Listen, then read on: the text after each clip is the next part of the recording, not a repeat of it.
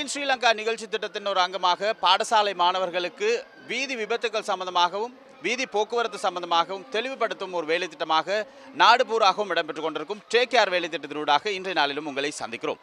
இன்று அதன் 36வது வேலை திட்டமாக எல்பிட்டிய ஆனந்த தேசிய பாடசாலையில் இந்த வேலை திட்டமானது மிக சிறப்பாக நடந்து முடிந்திருக்கிறது.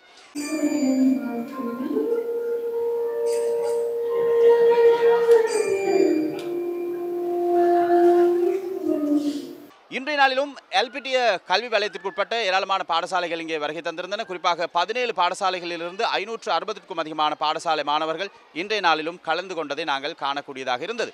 பாடசாலை மாணவர்கள் அதிகமாக பாதையில் பயணிக்கக்கூடியவர்களாக இருக்கிறார்கள். எனவே அவர்கள் எவ்வாறு இந்த வீதி விபத்துக்களை சந்திக்கிறார்கள், வீதி விபத்துக்கு எவ்வாறு முகம் கொடுக்கிறார்கள், அதிலிருந்து அவர்களை நாங்கள் எவ்வாறு பாதுகாத்துக் கொள்ள வேண்டும், வீதி சமிஞ்சைகளை எவ்வாறு பின்பற்ற வேண்டும் போன்ற பல விடயங்களை எங்களுடைய போக்குவரத்து போலீசார் அவர்களுக்கு தெளிவுபடுத்தி இருக்கிறார்கள். கருத்தரங்குகள் மூலமாக, செயலமர்வுகள் மூலமாக, கனொலிகள் மூலமாக அதே நேரத்தில் இந்த வீதி நாடகங்களினூடாக பல விடயங்களை எங்களுடைய பாடசாலை மாணவர்களுக்கு எங்களுடைய போக்குவரத்து போலீசார் இன்றைய நாளிலும் தெளிவுபடுத்தி இருக்கிறார்கள்.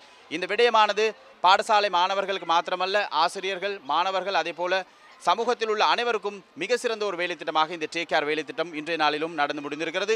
எனவே இன்றைய நாள் எங்களுடைய பாடசாலையில் இணைந்து கொண்ட அத்தனை பாடசாலை மாணவர்கள், அதே போல இதர பாடசாலைகளிலிருந்து வருகை தந்திருந்த மாணவர்கள், ஆசிரியர்கள் இந்த வேலை திட்டத்தை மிக சிறப்பாக ஒருங்கிணைத்து நடத்தி கொண்டிருக்கும் எங்களுடைய சுயாதீன ஊடக வலையமைப்பின் இதர அலைவரிசைகள் அனைவருக்கும் நாங்கள் சந்தோஷமான நன்றிகளை தெரிவித்துக் கொண்டு மீண்டும் இன்னும் ஒரு பாடசாலையிலிருந்து உங்களை அன்போடு இந்த டேக் கேர் வேலை திட்டத்தினூடாக சந்திக்கிறோம். எனவே இன்றைய நாள் எல்பிட்டிய ஆனந்த தேசிய பாடசாலையிலிருந்து விடைபெற்றுக் கொள்கின்றோம். நன்றி, வணக்கம்.